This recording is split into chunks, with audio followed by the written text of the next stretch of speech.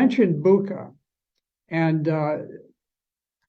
I found that very interesting because, I was a career prosecutor. I was the head of the criminal law division in the Pentagon, responsible for criminal prosecutions within the Army worldwide. And I got there because I was known as a very, very stern prosecutor at major military installations. And so I sort of have a way of looking at crime scenes in a very rational way. So I saw the videos that were sent out of Bucha, and immediately they were different. Now, you and I have seen massive slaughters in Syria by Al Qaeda and its affiliates, ISIS, all of these other names that they come up with. They're all under the umbrella of Al Qaeda. And when you see a slaughter, a mass slaughter, it is generally you have people who are brought together in a place. That's where they're beheaded, or that's where they're gunned down, or whatever. This was interesting because in Bucha, first of all, the bodies didn't start appearing until 4 days after the Russians left. The mayor of the city proclaimed, glory, hallelujah, the Russians have been driven out. There was not a mention of any slaughter, anything of that sort. Then all of a sudden, 4 days after the Ukrainian psychological operations troops entered the city, dead people started appearing on the streets.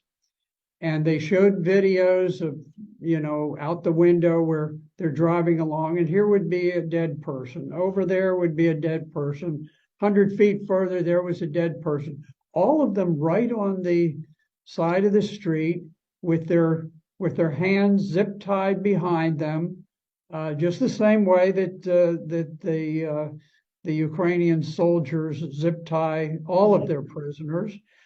And it was interesting because you look at the armbands that were worn by these civilians who were laying dead there. Now, the custom at the time, if someone was a Ukrainian sympathizer, they would wear a blue armband. If they were either a Russian sympathizer or simply just totally neutral, they'd wear a white armband. All of the armbands were white. None of them were blue. Why weren't Ukrainian sympathizers killed?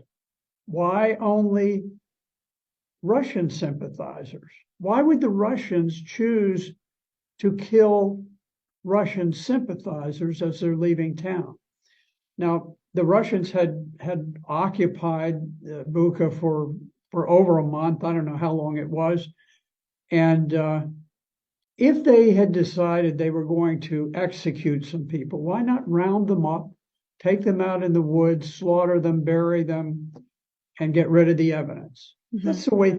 You and I have seen these things. Yeah. We've seen these things happen in Syria. And I've watched similar things over a lifetime. But that was what happened. Now, if the Russians were going to do that, now why would they wait until they're leaving town to gun people down? And why would they choose to lay them down like monuments along the road, mm-hmm. As clear evidence that they had done it? The whole thing was such a total transparent fraud that it was just amazing that mainstream, the corporate media, journalists totally overlooked it and assumed that, oh, well, this must have been Russians because the Ukrainians told us it was Russians who did it.